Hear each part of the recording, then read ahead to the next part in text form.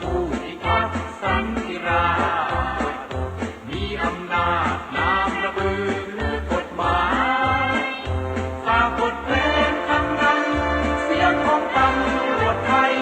มีระเบียบเฉียบวินัยสิ้นทรงไว้นายบัญชาจากใจผู้พิทักษ์สันติราษฎร์อิทธิตนเป็นญาติดูแลแก้ปัญหาปฏิญาณใจเราคิดเพื่อชาวประชาน้อมยังมีกายายืนเคียงข้างประชาชนปราบปรามสร้างความลมเย็นเช่นฝันฝ่าฟันแม้มีมารมาผจญเราจะทำเราจะทนเพื่อประชาชนทุกคนปลอดภัย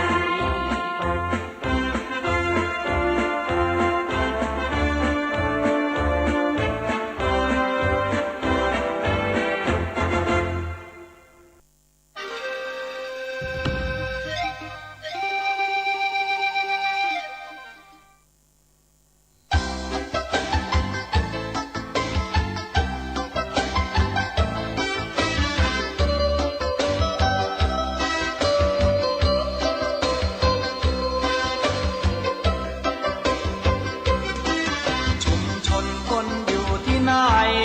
ตำรวจไทยขอไปที่นั่นตำรวจมวลชนสัมพันธ์ตำรวจมวลชนสัมพันธ์มาสร้างสรรค์ร่วมกันพัฒนามาสร้างสรรค์ร่วมกันพัฒนา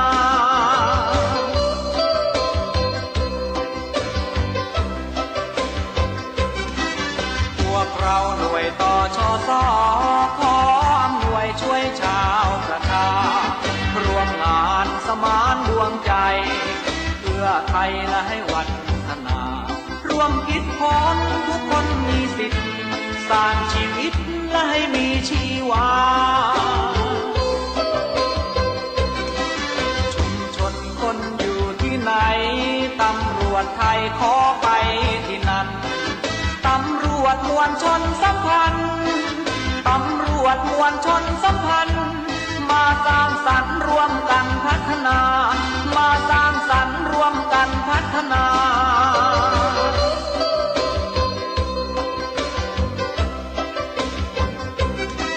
เพื่อความอยู่ดีกินดี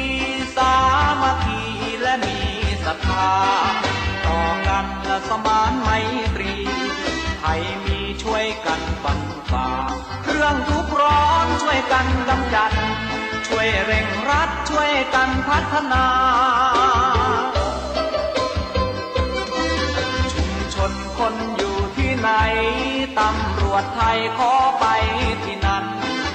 ตำรวจมวลชนสัมพันธ์ตำรวจมวลชนสัมพันธ์มาสร้างสรรค์ร่วมกันพัฒนามาสร้างสรรค์ร่วมกันพัฒนา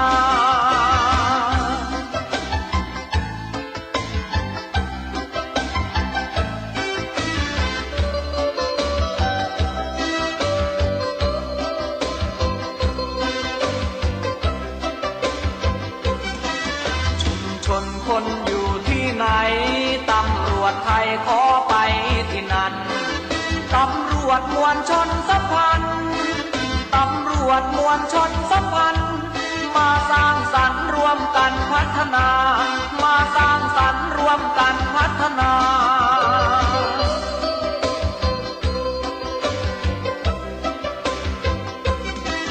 เพื่อความอยู่ดีกินดี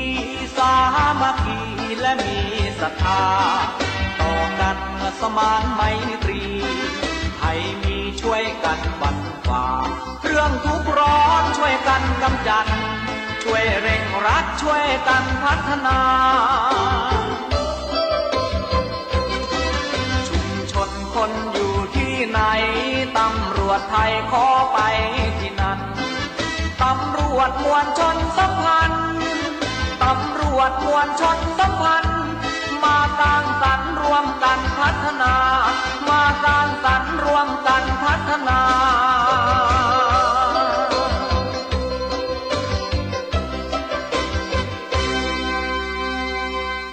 เป็นตำรวจเป็นตำรวจเป็นตำรวจต้องเป็นตำรวจเป็นสายตรวจเป็นสายตรวจเป็นสายตรวจต้องเป็นตำรวจเป็นสายสืบเป็นสายสืบเป็นสายสืบต้องเป็นตำรวจเป็นสายปราบเป็นสายปราบเป็นปราบปรามต้องเป็นตำรวจเป็นตำรวจเป็นตำรวจเป็นตำรวจต้องเป็นตำรวจสออวยสวยเอกสวยสวยสวยสวยสวยสวยทำดีได้ดีไม่รวยทำรวยสวยสามัคคีว่าจะเป็นนายพลกระเสือกกระสนซื้อโน่นซื้อนี่ซื้อเอกซื้อโทซื้อตรี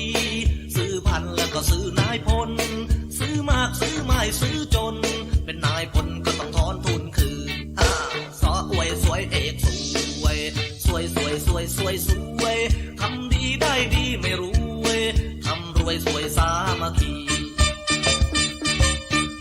เป็นตำรวจเป็นตำรวจเป็นตำรวจต้องเป็นตำรวจเป็นสายตรวจเป็นสายตรวจเป็นสายตรวจต้องเป็นตำรวจเป็นสายสืบเป็นสายสืบเป็นสายสืบต้องเป็นตำรวจเป็นสายปราบเป็นสายปราบเป็นปราบปรามต้องเป็นตำรวจเป็นตำรวจเป็นตำรวจเป็นตำรวจต้องเป็นตำรวจ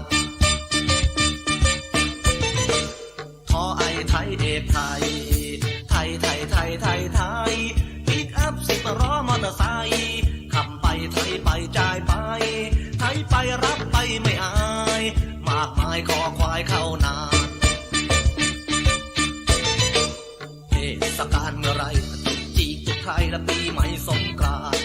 วันหยุดติดกันนานๆก็กลับบ้านด้วยมอเตอร์ไซค์กว่าจะถึงน้องคายขับไปไทยไปจ่ายไปพอไปถึงน้องคายไม่เหลืออะไรฝากใครสออวยสวยเอกสวยสวยสวยสวยสวยสวยทำดีและได้ดีไม่รวยทำรวยสวยสามัคคีเป็นตำรวจเป็นตำรวจเป็นตำรวจต้องเป็นตำรวจเป็นสายตรวจเป็นสายตรวจเป็นสายตรวจต้องเป็นตำรวจเป็นสายสืบเป็นสายสืบเป็นสายสืบต้องเป็นตำรวจเป็นสายปราบเป็นสายปราบเป็นปราบปรามต้องเป็นตำรวจเป็นตำรวจเป็นตำรวจเป็นตำรวจต้องเป็นตำรวจหมอไอไม่เอกใหม่นายใหม่มารู้ไหมเลี้ยงนายรับนายส่งนายเอาใจละเจ้านายคุณนายทิศทางลมพัดทางใดก็ต้องก้าวใจเจ้านาย เทศกาลเวียนวนย้ายโยกเหตุผลและเส้นใครสายใครเส้นรอมอตอหรือไงลูกใครเมียใครสอสอคนไหนวิ่งเต้นยื้อแย่งแบบสายนายหน้าหัก5%ยิ่งใหญ่ยิ่งโตยิ่งเป็นยิ่งเซ็นแล้วก็ยิ่งได้เงินสออวยสวยเอกสวยสวยสวยสวยสวยสวยทำดีได้ดีไม่รวยทำรวยสวยสามัคคีเป็นตำรวจเป็นตำรวจเป็นตำรวจต้องเป็นตำรวจเป็นสายตรวจเป็นสายตรวจเป็นสายตรวจต้องเป็นตำรวจเป็นสายสืบเป็นสายสืบเป็นสายสืบต้องเป็นตำรวจเป็นสายปราบเป็นสายปราบเป็นปราบปรามต้องเป็นตำรวจเป็นตำรวจเป็นตำรวจเป็นตำรวจต้องเป็นตำรวจ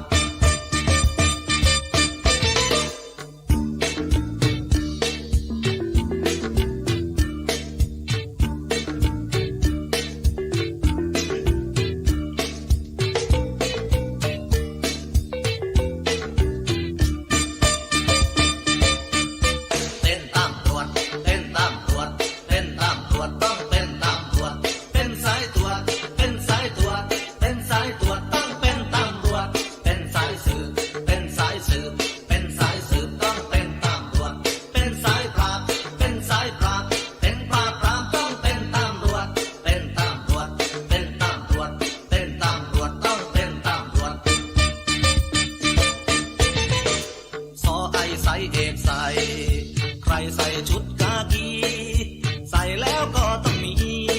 จิตใจใฝ่คุณธรรมใส่แล้วก็ต้องทำจิตใจรักชาติประชาว่าจะเป็นตรอต้องเรียนจอเรียนนรตประชาชนก็รอตรอดีๆไรจะมาเป็นที่พึ่งที่พาประชารัฐสงบร่มเย็นหยาดเหงื่อแรงงานกระเซ็นจะปั่นเป็นเงินเดือนต่อรอสออวยสวยเอกสวยสวยสวยสวยสวยสวยทำดีได้ดีไม่รวยทำรวยสวยสามัคคี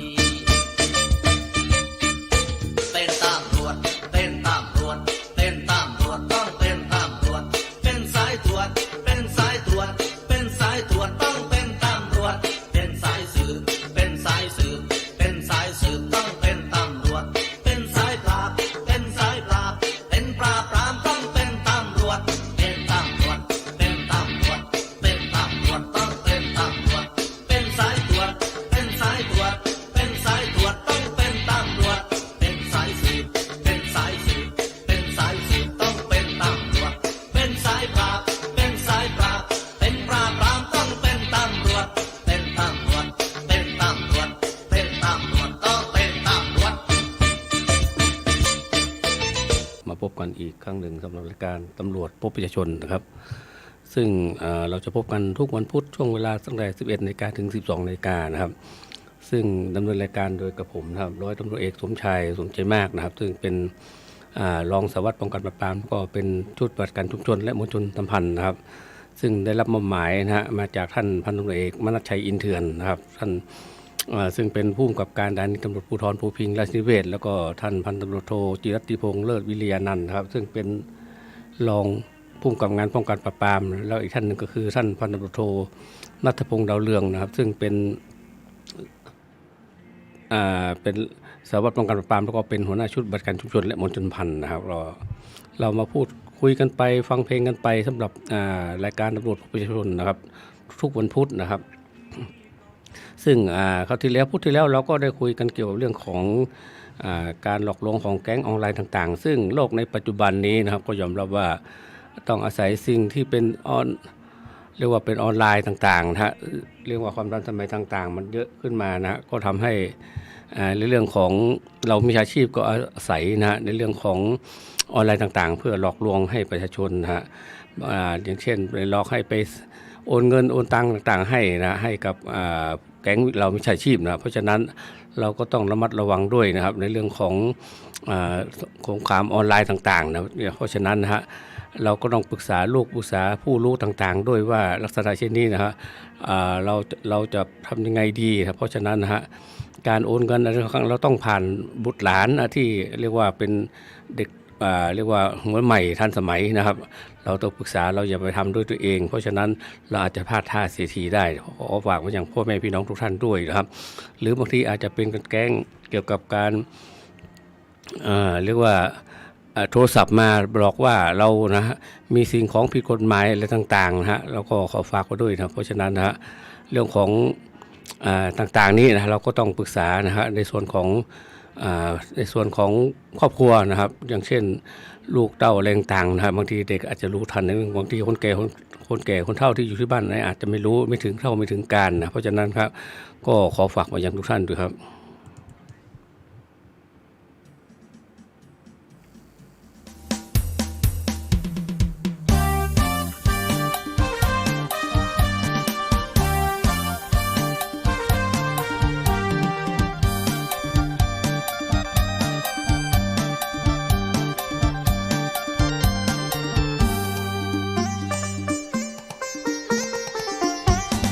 ตำรวจไทยปราบโจรพ้นผ่าน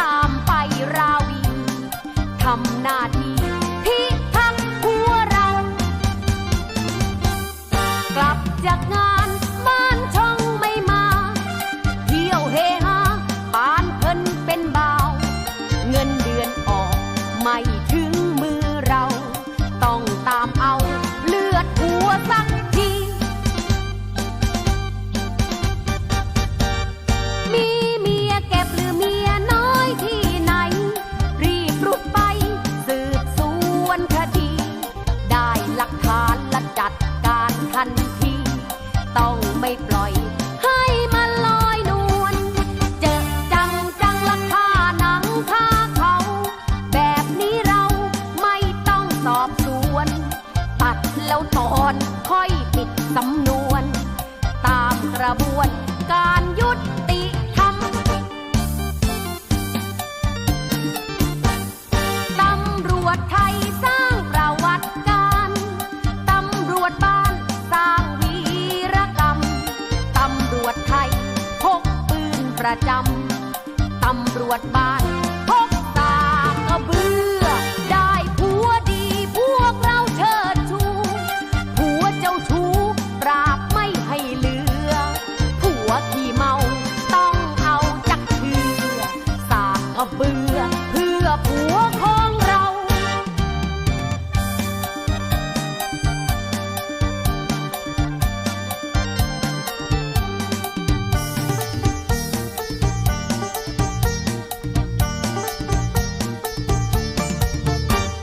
มีเมียเก็บหรือเมียน้อยที่ไหนรีบรุดไปสืบสวนคดีได้หลักฐานและจัดการทันทีต้องไม่ปล่อยให้มันลอยนวล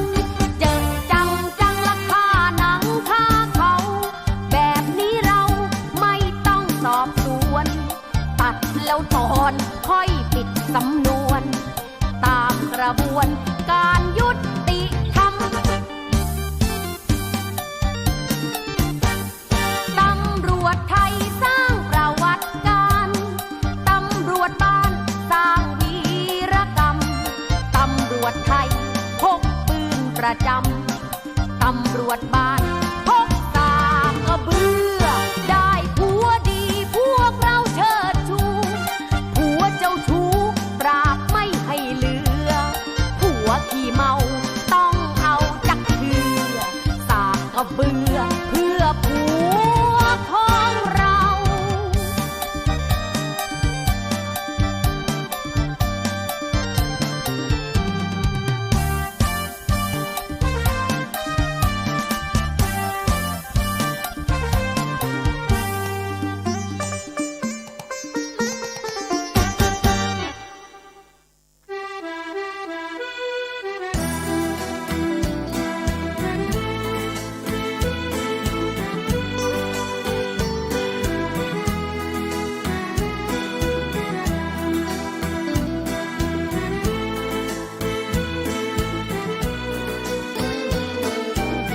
น้ำตกน้ำหล่นเปิดรถหัวใจน้ำตาแทบไหลวันสุดท้ายที่ระนองถ้ารถทัวร์จุงพิษเธอไปตั้งสองต่างคนประคองมือสองเคียงคู่กันน้ำตกน้ำหล่นเปิดล้นสองแก้มดังคืนเดือนแรมมืดมัวเหมือนเธอกับฉันของฝากกะปิปลาหมึกกุ้งแห้งแบ่งปันไม่คิดไม่ฝันว่าเรานั้นต้องจากกันไกลโอ้น้องสาวระนองเธอรำเธอร้องกลางสายฝนช่ำไหลฉันจำต้องจากเธอทั้งที่จำใจอีกนานแค่ไหนสองใจจะได้เจอกัน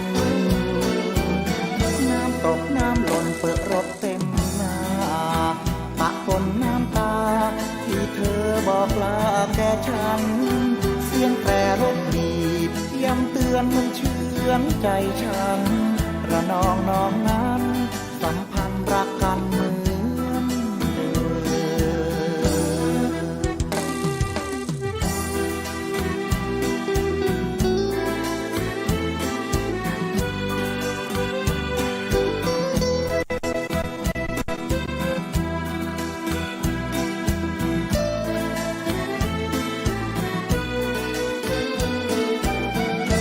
ตกน้ำหล่นเปิดรถหัวใจน้ำตาแทบไหลวันสุดท้ายที่ระนองถ้ารถทัวร์จุงคิดเธอไปตั้งสองต่างคนประคองมือสองเคียงคู่กันน้ำตกน้ำหล่นเปิดล้นสองแก้มดังคืนเดือนแรมมืดมัวเหมือนเธอกับฉันของฝากกะปิปลาหมึกกุ้งแห้งแบ่งปันไม่คิดไม่ ฝันว่าเรานั้นต้องจากกันไกล โอ้น้องสาวระนองเธอรำเธอร้องกลางสายฝนช่ำไหลฉันจำต้องจากเธอทั้งที่จำใจ อีกนานแค่ไหนสองใจจะได้เจอกัน น้ำตกน้ำหล่นเปิดรถเต็มมาปะปนน้ำตาที่เธอบอกลาแก่ฉัน เสียงแตรรถบีบย้ำเตือนเหมือนเชื่อนใจฉันระนองน้องนั้นสัมพันธ์รักกันเหมือนเดิม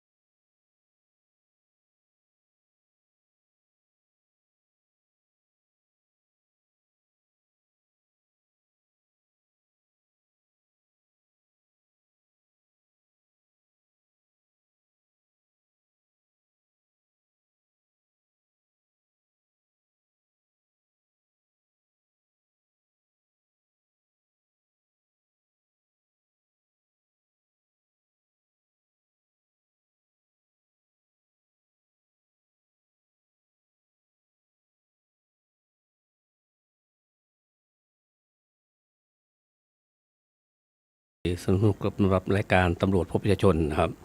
ซึ่งเราจะพบกันทุกวันพุธนะตั้งแต่ 11 นาฬิกาถึง 12 นาฬิกานะครับเดือนวันเวลาก็รู้สึกว่าจะเคลื่อนที่ไปไวมากนะครับวันนี้ก็เข้าสู่ในวันที่ 27 ของเดือนกรกฎาคมนะครับ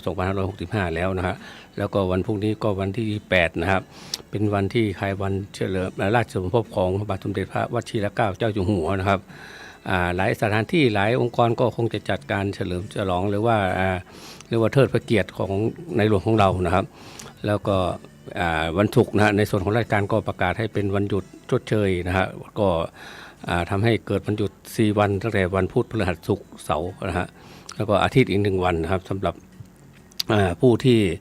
เตรียมตัวไปท่องเที่ยวในที่ต่างๆก็โปรดระมัดระวังด้วยในเรื่องของการใช้รถใช้ถนนต่างๆเพราะว่าช่วงนี้เป็นช่วงของฤดูฝนนะครับทำให้ถนนลื่นทำให้เกิดอุบัติเหตุต่างๆนะฮะรวมถึงการเมาแล้วขับแล้วด้วยนะครับเพราะฉะนั้นนะฮะถ้าเราเมาเราก็ต้องงดขับรถนะเราอย่าไปขับรถอาจจะเจอด่านตรวจอะไรต่างๆทำให้ต้องเรียกว่าต้องเสียเงินเสียทองหรือบางทีอาจทำให้เสียเรียกว่าเกิดอุบัติเหตุทำให้ถึงแก่ชีวิตได้เพราะฉะนั้นนะครับเราจะเมาอะไรก็อยู่ที่บ้านเราไม่ต้องออกไปข้างนอกนะครับหรือว่าถ้าต้องการเมาจริงก็ต้องมีคนขับรถให้นะครับก็ขอฝากมายังทุกท่านด้วยนะครับในเรื่องของการขับเมาแล้วขับแล้วก็ขับรถท่องเที่ยวในสถานที่ต่างๆซึ่งฤดูนี้เป็นฤดูฝนนะครับรู้สึกว่าจะเป็นในเรื่องของถนนหนทางต่างๆบางคนนี่อาจจะไม่เคยชินนะครับถนนหนทางอาจจะแคบอาจจะลื่นต่างๆเพราะฉะนั้นก็โปรดใช้ความระมัดระวังด้วยนะครับอีกเรื่องหนึ่งก็คือเรื่องของสิ่งยาเสพติดต่างๆนะซึ่งเราก็บางครั้งนี้ก็ยังไม่เข้าใจในเรื่องของกัญชานะฮะซึ่งในส่วนของกฎหมายนะฮะก็ได้บัญญัติไว้ว่านะฮะกัญชานั้นนะเรามีเป็นต้นมีใบนี่จะไม่มีความผิดมีหรือว่าเป็นต้นเป็นกิ่งเป็นก้านไม่มีความผิดฮะแต่เขาก็ต้องสำรวจดูว่านะฮะในส่วนของกัญชานั้นนะครับมีสารเสพติดเกินกว่าที่กฎหมายกำหนดไว้หรือไม่เช่นไอ้พวกช่อต่างๆหรือใบติดช่อนะฮะสิ่งเหล่านี้ก็มีสารเสพติดเกินกว่าที่กฎหมายกำหนดนะเพราะฉะนั้นถ้าท่านมีไว้ในครอบครองก็มีความผิดด้วยนะครับแต่ถ้าเราจะปลูกเอาใบไม่ใส่แกงทำผงชูรสอะไรก็คงไม่มีความผิดอะไรนะครับขอฝากไปยังทุกท่านด้วยนะครับเรื่องของกัญชานะครับ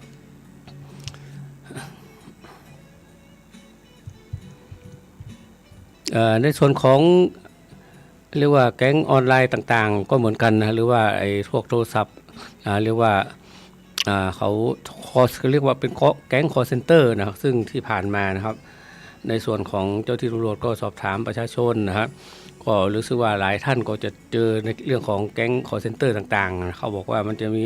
เครื่องหมายบวกขึ้นนะแล้วตรงหน้าหมายเลขโทรศัพท์นะเพราะฉะนั้นก็ถือว่าเป็นโทรศัพท์จากต่างประเทศเพราะฉะนั้นนะเราก็ไม่ต้องรับนะครับหรือว่าเพราะว่าเราไม่เคยมีญาติมีอะไรอยู่ต่างประเทศเพราะฉะนั้นนะฮะเราก็ต้องช่วยกันนะฮะบ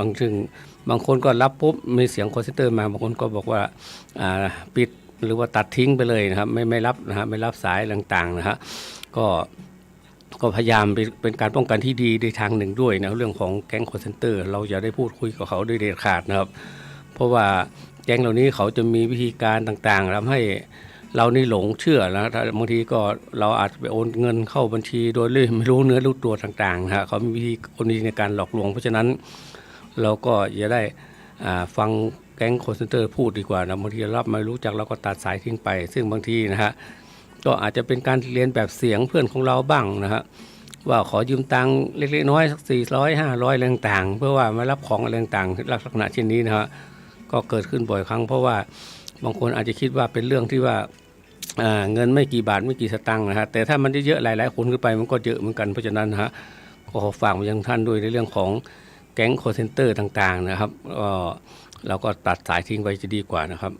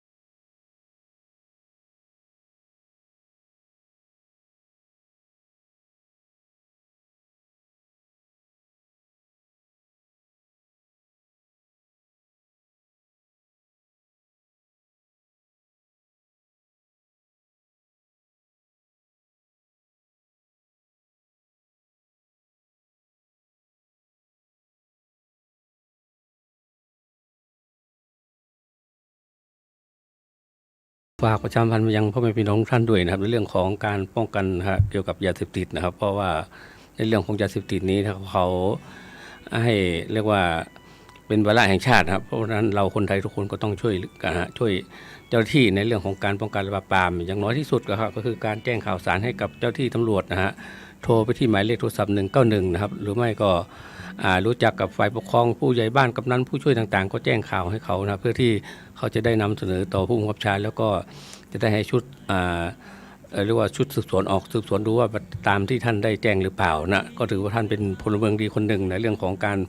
ป้องกันยาเสพติดที่อาจจะมีการแพร่ระบาดในหมู่บ้านของเรานะครับเพราะฉะนั้นนะฮะซึ่งแต่ก่อนนี้เราอาจจะเห็นข่าวในทางสถานีโทรทัศน์ต่างๆนะที่ว่าอาจจะอยู่ไกลบ้านเราแต่ไม่แน่ถ้าเราไม่ช่วยกันป้องกันดูแลนะครับอนาคตก็อาจจะเป็นในบ้านเราหรืออาจจะเป็นบุตรหลานของเราด้วยเพราะฉะนั้นเราต้องช่วยกันเพื่อป้องกันเรื่องของการแพร่ระบาดของยาเสพติดนะครับช่วงนี้ก็คงเข้าสู่ช่วงท้ายของรายการแล้วนะครับในวันพุธที่27นะฮะของเดือนกรกฎาคม2565นะครับและผมนะฮะในส่วนของผมนะครับร้อยเรือเอกสมชายสุขใจมากซึ่งเป็นรองสารวัตรบัตรการป้องกันและปราบปรามนะฮะแล้วก็เป็นชุดบัตรการชุมชนและมณฑลพันธ์นะฮะของท่านตำรวจภูธรภูพิงค์ราชนิเวศนะฮะต้องเรียกว่าเรามาพูดคุยกันตั้งหลายเรื่องแม้แต่เรื่องของแก๊งคอลเซ็นเตอร์การหลอกลวงออนไลน์ต่างๆนะฮะแล้วก็ยาเสพติดแล้วก็แม้แต่เรื่องของการเมาแล้วขับเพราะฉะนั้นฮะผมก็ขอฝากไปยังพ่อแม่พี่น้องด้วยนะครับในเรื่องของเรื่องต่างๆที่เราได้พูดคุยกันมานะฮะในส่วนของผมนะฮะร้อยเรือเอกสมชายสุขใจมากวันนี้นะครับก็ขอกล่าวคำว่าสวัสดีครับ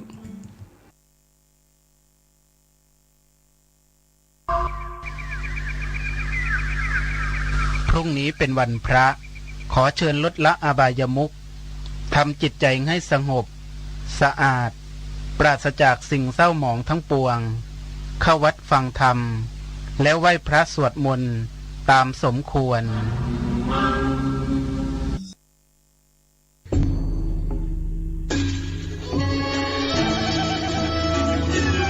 ขอเชิญพุทธศาสนิกชนทุกท่านร่วมทำบุญผ้าป่าสามัคคีและร่วมเป็นเจ้าภาพโรงทานในพิธีทำบุญ1 ทศวรรษ 10 ปีที่พักสงฆ์สถาบันธรรมาภิวัตรบ้าน